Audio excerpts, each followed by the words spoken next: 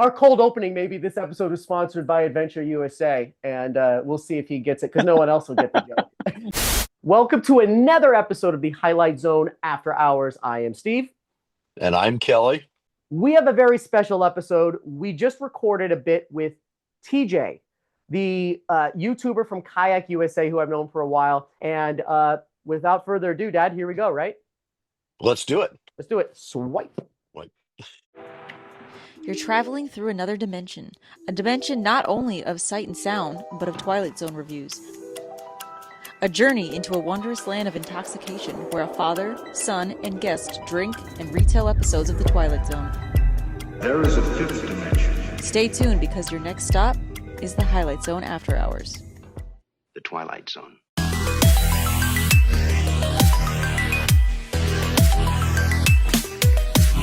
Where TJ, can I shit on you? Can you tell us real quick, because I over-exaggerated it, but I can't tell. You just hit a milestone that blows my mind, and you and I chatted about it for like an hour. What milestone did you just hit? Because I'm riveted by this. So I just hit 100,000 subscribers on YouTube. I've been doing it since, I think I uploaded the first video in 2017. And I didn't take it seriously until like 2019, maybe 2020, somewhere around there. I figured that I could actually make money, and start doing it. So we hit 100,000 subscribers about a month ago, and I'm on my way right now to working part-time from my regular job. And well, I am part-time there now, but I'm trying to push really soon. This year, I'm hoping to go full-time on YouTube. Thank God. Thank God. Congratulations, man. I That's appreciate awesome. it. It's incredible. That's some shit you don't It hear. is.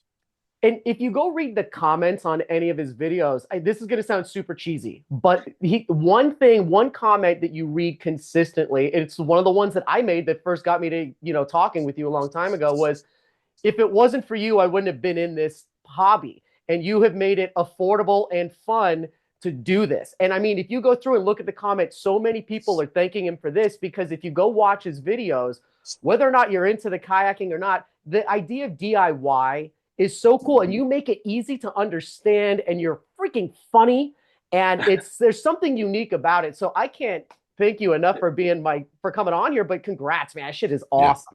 Dude, I appreciate it. I really do. I enjoy, what's bad about me though, is I've always been a DIY person. So I enjoy like building boats more than I do being on the boat, if that makes sense. And that's how I've always been like, and I get ragged by my family all the time because I'll restore a boat or build out an awesome kayak. And when I get done with it and there's nothing else I can do with it, I end up selling it and then doing another one. So I kind of start all over. But I do enjoy teaching people how to do stuff cheap. And, everybody seems to really enjoy the DIY part of my channel more than because I can go out and film like a fishing video and it'll just tank. Like it doesn't do great.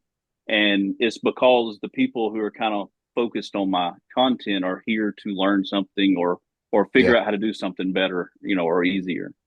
Well, I mean, just to kind of tag off of where we started before, my dad and I followed one of your videos to a T and rebuilt two of our new Vibe kayaks in 2018, 17, whatever year. It was not too far after you had started going. And we followed your stuff. And it's helped me at home redo the most basic shit, like, oh, your batteries work like this. You can use this to do this. Or, oh, yeah, I need to do this. And when you rewire a studio like this, a lot of little things go back to the little stuff that you've done. And like I said, wildly funny. I really like how you do it. Can you tell real quick, because I said this before when I introduced you, how you and I started talking about this dumbass show? Because oh yeah. So you subscribe to somebody's YouTube channel, no matter how many people you subscribe to, even if like you don't watch them for a while, every now and then one of their videos will pop up on your feed. And I guess I was still subscribed to the AZ kayak guy, this guy right here. And I was laying in bed and I seen it was a Twilight, one of your Twilight Zone videos. It was after the change, and I guess you've changed your name and everything now, but it popped up and I was like, who the hell is this? And then I seen your face.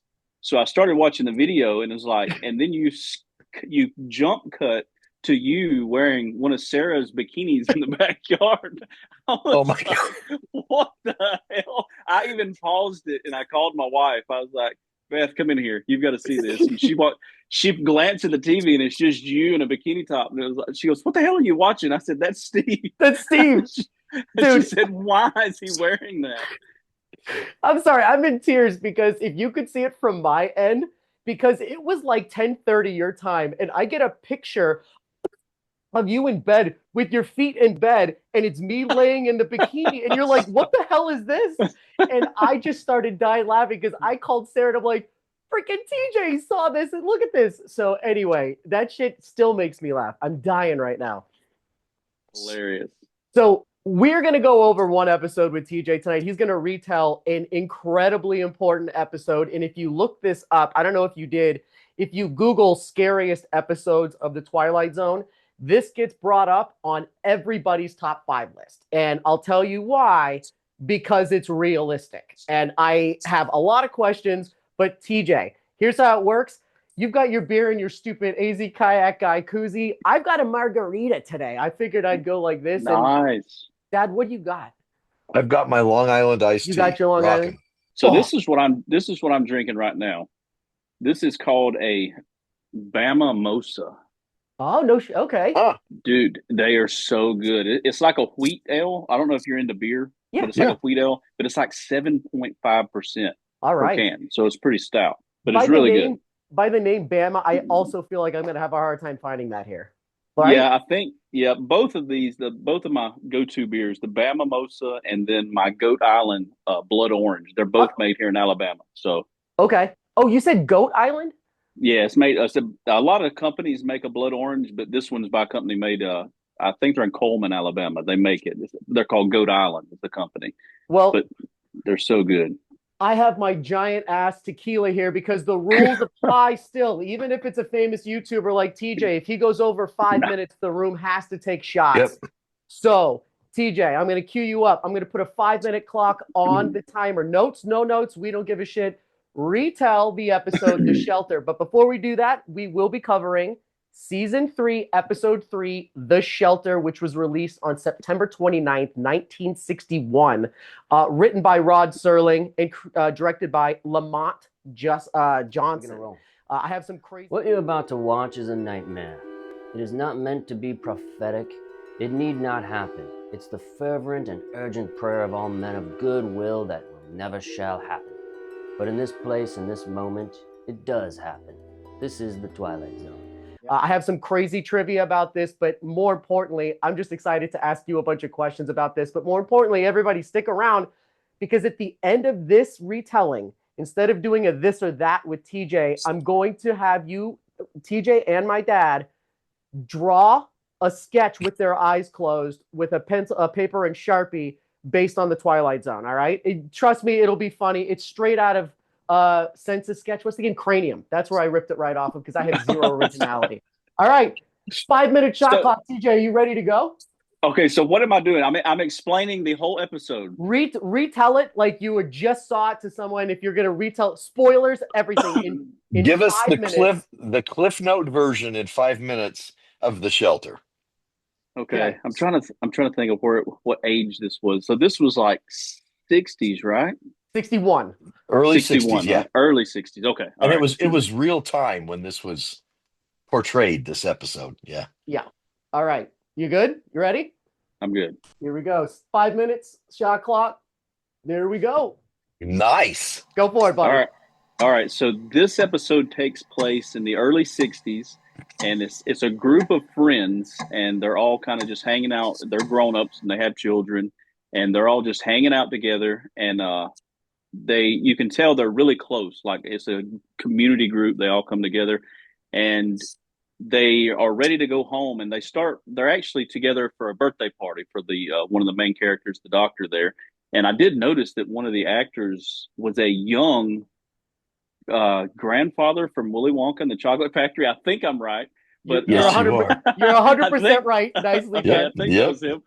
So anyway, they're all hanging out, but they start ragging this doctor about building a bomb shelter. and they were all kind of ragging him for making so much noise and how worthless it was. And then they all go home for the night, and then you hear sirens going off, and the radio starts giving a report that there's going to be a bomb. They're dropping nukes. So the man and the wife and the son, they run to their shelter downstairs that they've built, and slowly, one at a time, the family members, the friends that were just there, started coming to the house asking to come into the shelter. The ones that were just making fun of this guy for building this shelter, they all, one at a time, show up, and he tells them, "I'm sorry, you're going to have to go shelter somewhere else. There's only enough supplies in here for me, my wife, and my son. And there's no room. We'll all die if I let you guys in here. So we're not letting you in." And then a few minutes later, another family shows up, and it's another one of the friends, and they start demanding to come in the shelter with this family. And then before you know it, it kind of snowballs really quickly and escalates to, they get together and they're bound and determined to get into this shelter, even though they know that they can't fit. They know there's not enough food, so it's just going to kill them all, basically. But they kind of lose all sense, for anything. So they start getting a battering ram. They ram the door down and they bust open to go in to get in there, and they're even fighting with each other, and they start calling each other names, and like you can tell it's just a total mess. It's a total breakdown. And when they break the door down to enter the shelter, as soon as they break the door down, the power comes back on, and you hear the radio start announcing that it was a false alarm. There are no nukes being dropped. Everyone is safe. And then everybody kind of has to deal with the fact that they just kind of went psycho on their friends and their family, and they just kind of beat the crap out of each other and said a lot of bad things in front of their kids, and so they have to move on from that. But I think it was like, when it ended, there's no way to move on, I don't think, from the actions that they made. Even though they done it like in pure fear or whatever, they still destroyed any sense of friendship. I think it showed a lot of the true colors too, right? I get the chills at that part. I get the absolute chills, because nothing will ever be the same. And not to steal your thunder, what do they say? They're like, "Hey, we'll cover the damages. We'll even have a block party." And I'm like, oh my God, what is happening? Yeah, and then the one guy started turning on the what, he was from overseas or something. So one was an Italian.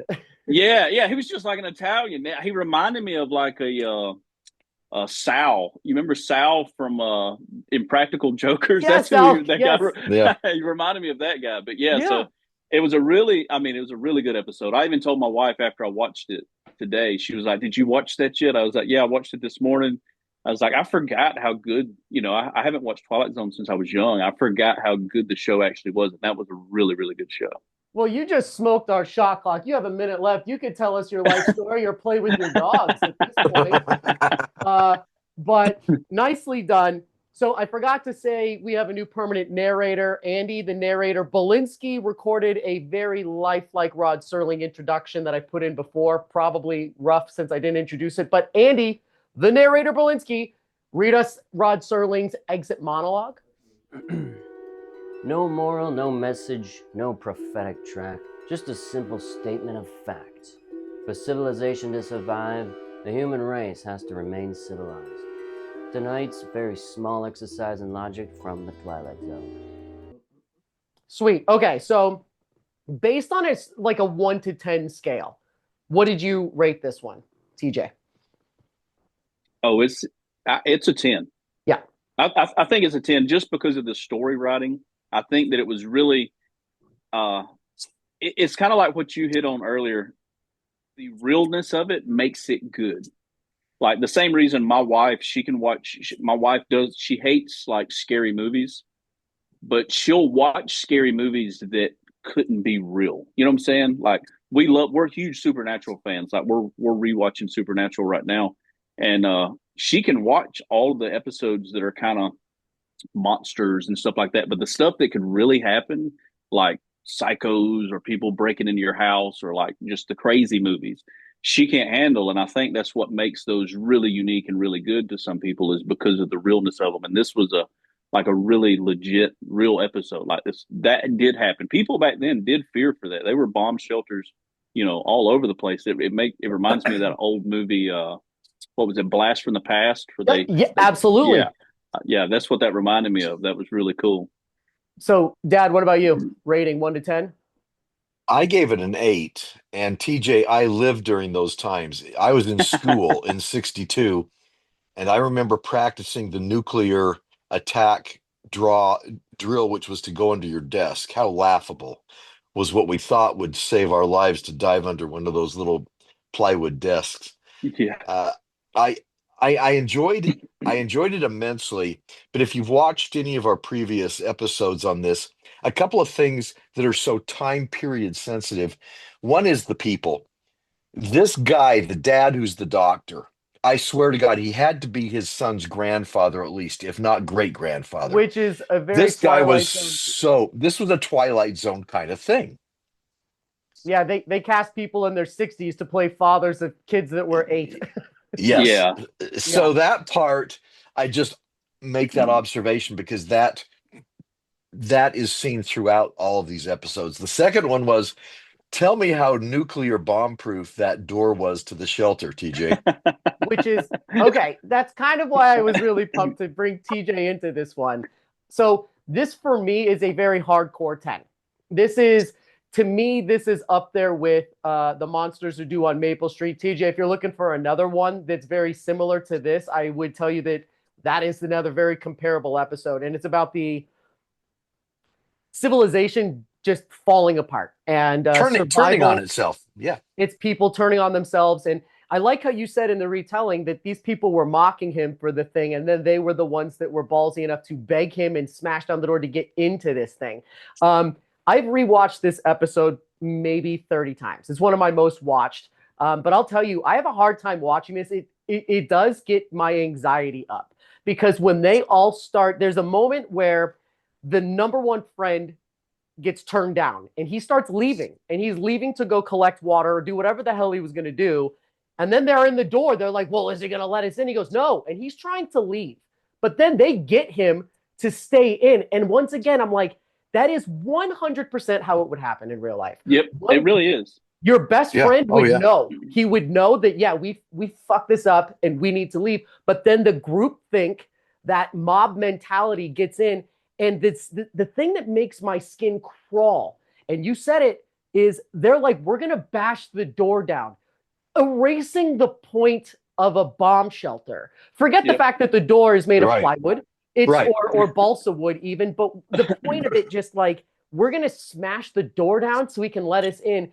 But that, I feel like that's exactly how people would be. And that makes it so fucking scary to me.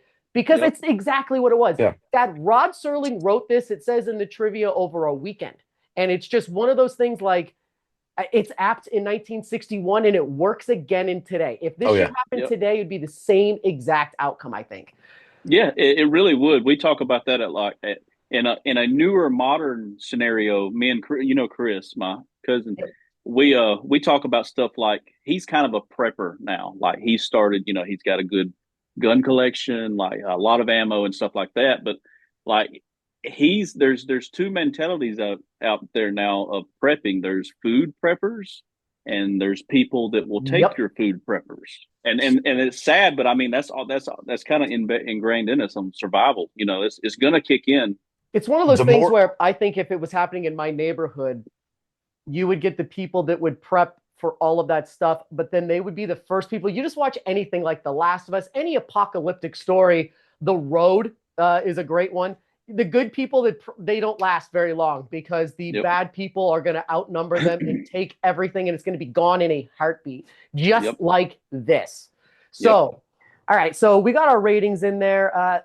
There's some trivia on here. I can kind of skip over most of it, but this was a very controversial episode, and the studio did not want to air it because of its hypersensitivity to the times.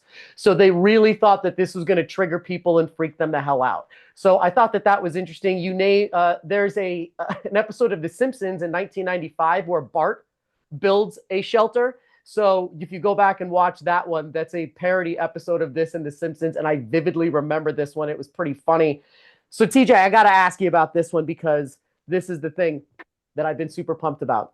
You have built an incredible shop. You have made your own pond in your yard. you've done some incredible shit to your house. You're building a bomb shelter. What are you doing that this guy didn't do? Or what are you doing in this situation? I'm very curious. As someone that builds all your own stuff, The number don't tell one anyone where you thing, live so that no one goes to your house and robs your shit. But if you're in this situation, you're the doctor. What are you doing to build your shelter? you're not telling anyone. That's You're Thank not you. telling anyone. Number Nobody one. can know. Yeah, no one can know that you're a prepper. That's why, like, all these TV shows that show these, there was like a prepper TV show for years. Yep. Doomsday And it was preppers, like, right? yes, but it was people who you watch it and like, yeah, they were preppers, but now their shit's out there, like, because they didn't keep it hid. Like, you could very easily figure out where these people lived, for especially if they're like local to you. Like, hey, I've seen this dude before. He lives like a block over or whatever. Yeah. Like, I didn't know he had all that shit up under the house or up under the ground. So the key feature would be that doctor shouldn't open his mouth. If they asked, what was all the noise going on, we've been remodeling the house or we're remodeling the basement or something like that. You keep it low key and you don't have to worry about stuff like that. Like that way, when the alarms started going off, they could have just been like, all right, well, we're going to go to our basement. Y'all go to your basement. And then they could have been in the bomb shelter and made it, without them even knowing that they were safer than everyone else. Oh, yeah, for sure. But the doctor's ego would not allow him to do that. That. He told everybody about it, and they talked about cement trucks coming at night. Who pours concrete at night? So talk about putting a sign over your house saying, I'm building something to protect my family. Yeah. He could have done it in a different way. He chose not to. And as a result, all of his neighbors knew every single thing he was doing. Also, so he sort of set himself up for that. And his final monologue, where he prescribes the failure of humanity, the morality or the lack of morality, I thought his last sentence was very telling. Yeah. That we may have dodged this bullet, but I think we've just exposed ourselves to a much bigger risk. Yeah. Definitely. The idea that the one thing though that I would give him credit for is he was in a very tract neighborhood. I mean, building something like that, your neighbors are going to see, but like they said at the beginning, everyone in this area has benefited from the doctor somehow. Some of us work for you. You vote us, blah, blah, blah. So building a bomb shelter in a tract neighborhood is very difficult to do. Yes. You're going to have all that shit. Now, doing concrete at night, forget the fact who does that. Which concrete company is like, yeah, I'll be there between 9 p.m. and midnight to pour your slab? I don't know. Yeah. I have a feeling for the right amount, anyone will deliver anything at any time.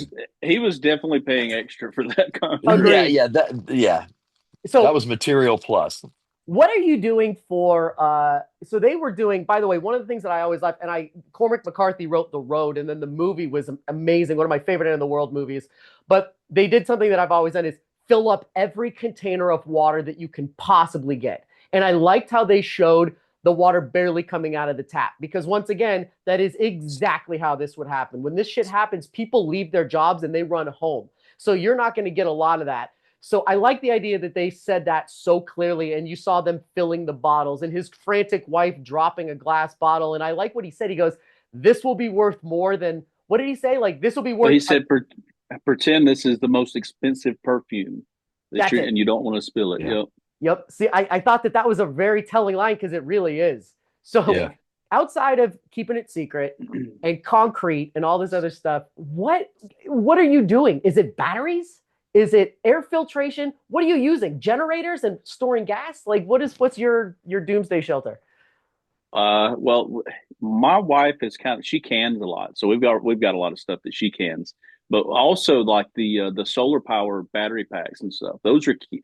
Like, generators are great, like, because they're, if you got fuel or whatever. But if something like that was to happen, you're not going to have fuel, or eventually you will run out of fuel. So anything that you have that, like battery packs that you can charge with solar panels, and you have the solar panels, that's the way to go, I think.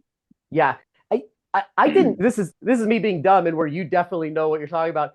I did not realize also that gas has an expiration date, and thanks to The Last of Us, they were like, it still works, but where you used to be able to go 50 miles, you can now go 5. I did not Yeah. realize that it lost its potency. So solar is a huge one. I didn't think about that until literally 2 years ago. Yep. That's like if you buy an old vehicle to rebuild, all the fuel in the tank, you got to throw it out, Yes. because it goes bad. And by the way, TJ, that's why I asked for your home address. It wasn't to send you anything cool, but so I could come to your place when the end of the world happens, because I know you're going to have a shelter. Yeah, I just Come on out. yeah. All right. So you guys all liked the episode and thought it was pretty good. TJ, you got to check out Monsters Who Do on Maple Street. It is highly seen as the best episode of the Twilight Zone. It's tied for my favorite, and it's what I named the studio after. But let's get to this game. All right. Get out your pencil, your Sharpie. I've got a pen. Does it have to be a? No, I don't it care. could A be pen is anything fine. that. It could be a piece of chalk. It's no big deal. I've got a pen and paper. All right. I'm going to go off of the trust system here. There's no cheating because who cares? Okay, I'm going to give you guys 30 seconds, and I want you to close your eyes, get a feel of where you're going to draw, and I want you to, with your eyes closed, draw your interpretation of a UFO landing. Oh my God! With my eyes closed. With your eyes closed, all right? So a UFO landing, okay? Eyes closed. Let's start the clock. You guys ready? 30 Go for it. seconds. And go.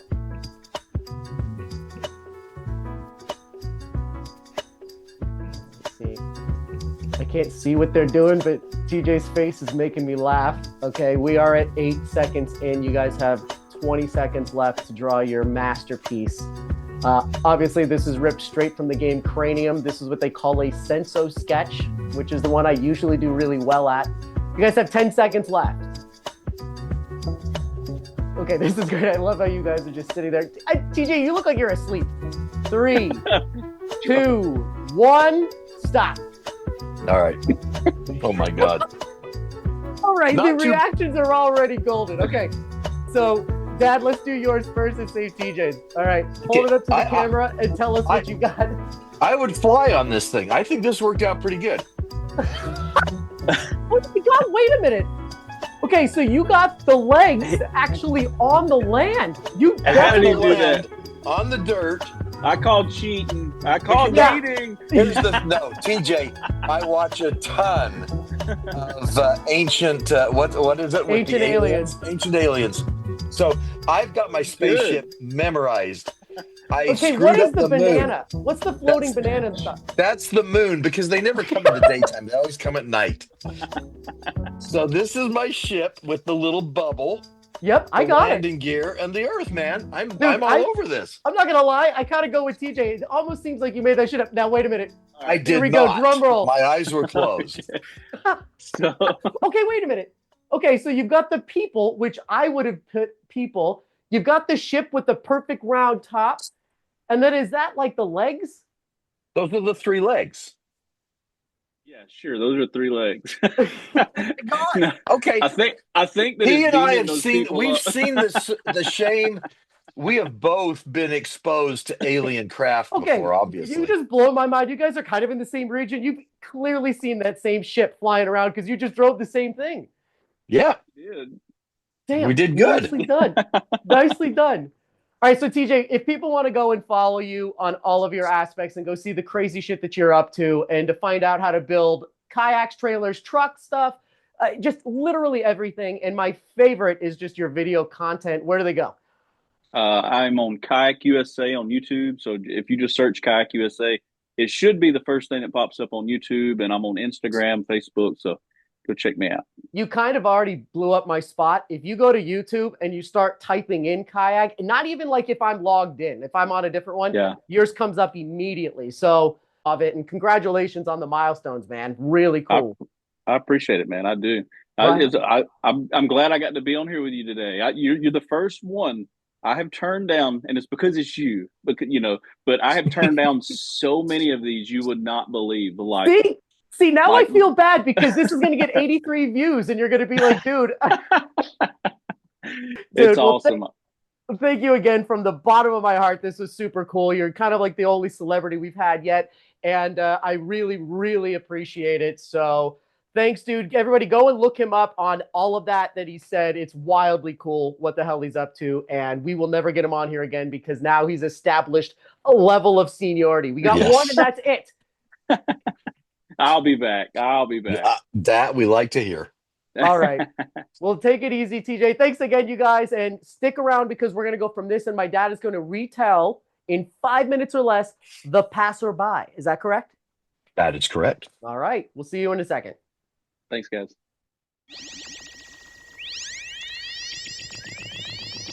Dad, what an awesome interview. And that was fun. That was a lot of fun. So cool to have him on here. And honestly, I love the banter, but really, I just love the fact that he said, if you have a bomb shelter, you don't tell anybody. That's got to be rule number one, is it's secret. Everything's got to be secret or else someone's going to take your shit. Damn straight. Damn straight. Well, we didn't get any shots with TJ because he was efficient in all of his stuff. Yes. We finished anyway. So shots may be enabled because your next episode that we're going to be doing. I failed in my mission last week. Yep. So we may be doing it again. We'll see. The Passerby is from season 3. It's episode 4. So to get into the point, I have Tequila. He's got his Long Islands. And if we go over the 5 minutes, it's just the two of you, but 2 of us, buddy. We're taking we can shots. do it. But here we go. Season 3, episode 4, The Passerby. It aired on October 6th of 1961, which is interesting because we're getting into sort of the spookier season, which they definitely tried to lead into ghosts more. You kind of see that as a trend line. Directed by Elliot Silverstein and written by Rod Serling himself. Not a co-writing, it's just him on his own.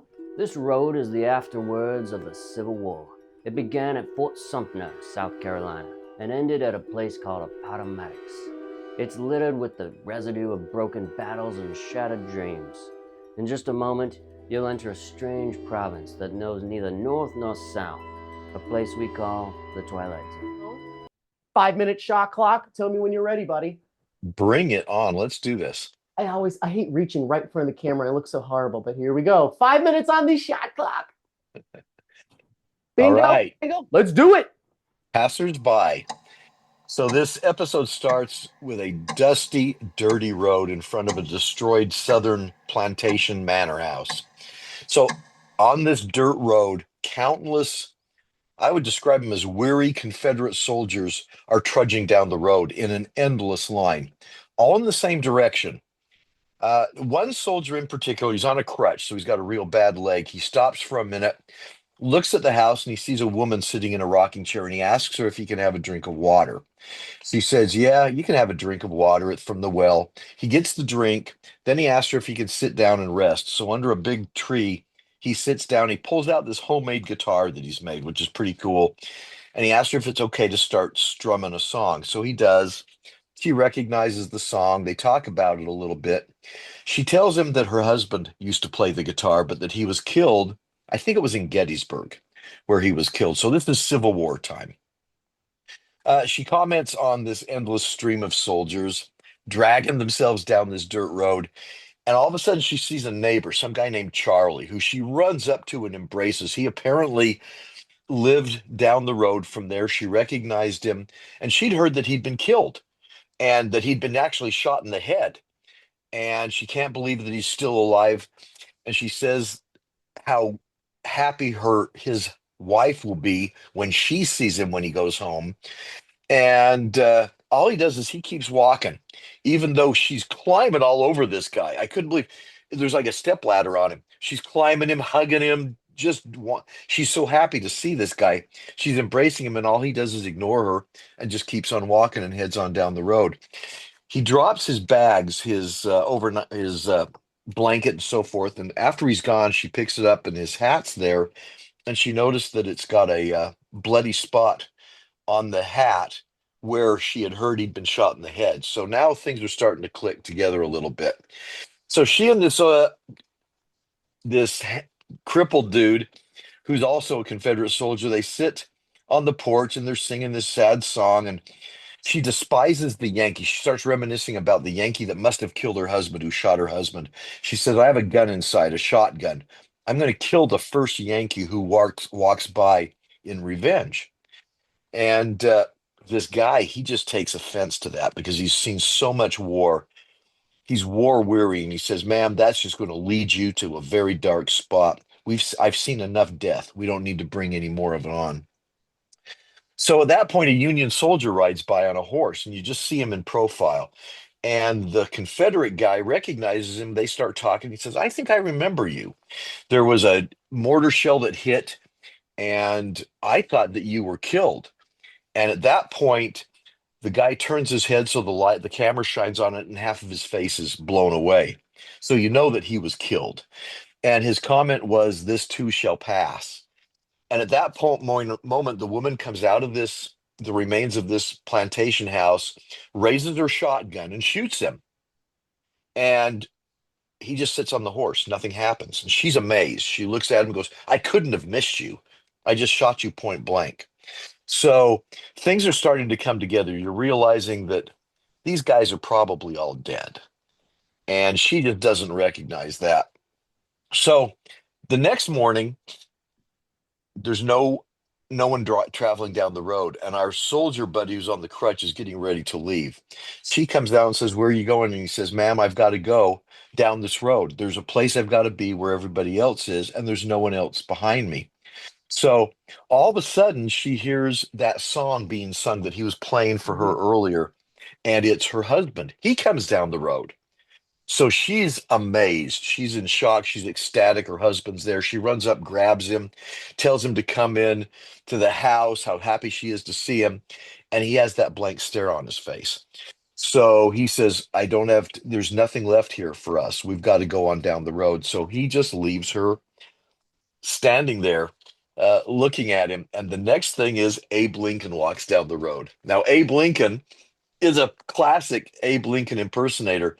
He talks to her and tells her that he's the last man on the road. He is the last casualty of the Civil War, that everyone, in fact, has died, and that he's going to keep on walking as well. He starts walking away.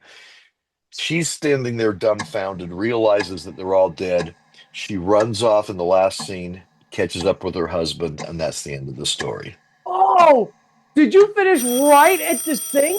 I think I did, but I say we give us a Our ceremonial Zoom just shot. makes a sound. Hold on a second. Okay. Well, masterclass. Hey, by the way, you're really freaking good at taking it down and seeing the clock and bringing it. I love that. So this is an interesting episode for me, and there are some sections that maybe make it not so great, even though I like the premise. What's your rating? Steve, this is not one of my favorites. I'll admit that. I found it somewhat weary. It was a dirty setting, the dusty road. The soldiers were all just bedraggled. They were just beat up. She was arrogant. She's sitting there on the porch. Yeah. The poor guy's playing the guitar. He was the heart and soul of this episode, and she really didn't pay him much attention until at the end he was leaving and she was begging him to stay behind. It was dirty. It was dark. You knew they were all dead. Her vengeance against the Yankee. I thought his comment to her when he says, "Ma'am, don't say that. There's been enough killing." My God, what truer words have never been spoken. I found that to be poetic almost. That was the highlight of this. So it was dreary to me, and it just kept plodding along. I gave it a 6, which is not a very high ranking. It's not, and that's okay. And like I said, it's one of those ones that I just refuse to remember. But I will say that I gave it an 8. Its IMDb score is a 7.5. So we're bracketing it right in the middle. Here's what, first of all, everything that you said, I completely agreed with. Oh, by the way, Andy, the narrator, Belinsky, read us Rod Serling's exit narration.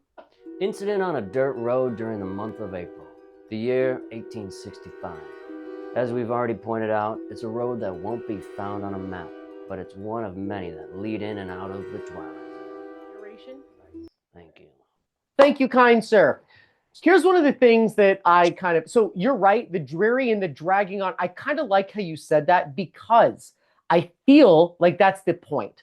That if you are fighting this useless kind of battle. Yes. And at the end, you're just going to be barely chugging along to get through. Now, I love that point, but when you're watching it, it does feel, and I hate to use this term, a bit tedious, which is why I think that this one never sticks in my memory, or hasn't for the 20 years that I've been watching this episode. For me, it's just one of those ones that never really sticks. Maybe because it is a little dry and a little tedious. Here's the one that I will say is, and it has to do with some of the trivia.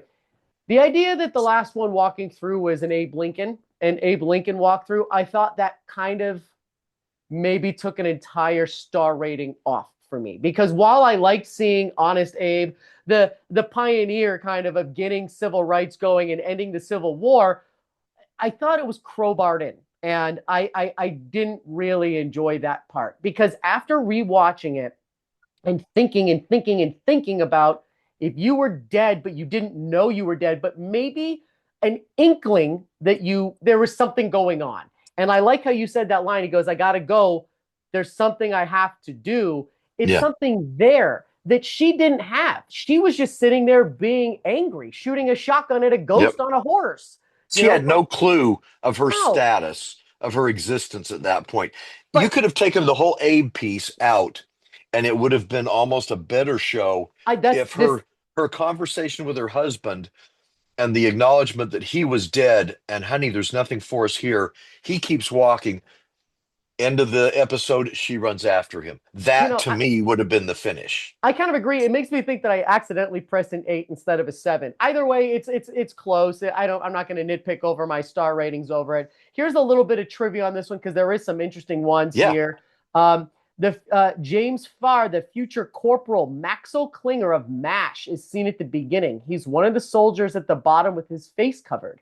I didn't know about that because, MASH ended up being a massive show. It was originally supposed to have aired on the 100-year date at the end of the Civil War in 1861. So they were trying to make it kind of a historical moment. Yep. Yeah. A lot of the people in this ended up being in Star Trek. So you don't really think about it, but a lot of the people in this ended up being Star Trek characters later. James Gregory wore his CSA belt buckle upside down as an obscure way to give away the ending that him and the others were dead. I didn't notice that. As a matter of fact, absolutely not. I would have to go back and hyper focus. But I did like that maybe the actor kind of did that on his own as maybe like a little Easter egg, because a costumer wouldn't let that happen. But also, I don't know if a costumer would notice that his belt buckle was upside down in the show. And it's so obscure, you're not focused on the belt buckle. You're not going to notice that anyway. I would venture to guess that nobody has ever noticed that while watching it. So there's one more bit of trivia, and I will admittingly say I've seen MASH a bunch of times, but I don't remember any parts of it except for the finale. I did watch the finale because it was seen as the best finale in TV history. This is interesting. The twist ending was borrowed on MASH in 1972 in The Follies of the Living, Concerns of the Dead, in which Klinger, Jamie Farr, is sick with fever. But the only one who can talk to him is Private Weston, who later walks down a similar road. Farr was in this episode. So I thought that was kind of cool. That's cool. That's where it went, and there was a little bit of an Easter egg kind of thing in there for you. So that's where we're going from here. That's all I got for this short, truncated version of this episode. So, Dad, thanks for joining again. As always, this is a great time with you. I appreciate it, man. Thank you. Me too. The countdown is on before you're here sharing the YouTube spot with me, right? Amen. Absolutely. Close to it. All right, everybody. Thanks again for watching. Take care, and we will see you in another dimension. You got it. Bye. Bye, everybody. Makes you wonder, doesn't it? Where is this place and when? The answer is it doesn't make any difference. Can you say eggs? Steve is. Dude, your dogs are killing me. This is so freaking funny. Hey, I can't help but watch him either. Dude, I hope that happens the entire time. Do I need to block them out? No, keep them in. No, hell no. Chihuahuas. Yeah, that one. Hey, Carly, don't do that. You're on TV. Once this is dropped on your channel, I'm definitely going to send a link to Chris because I want him to see it. Because I'm be like, hey, I was on Steve's show.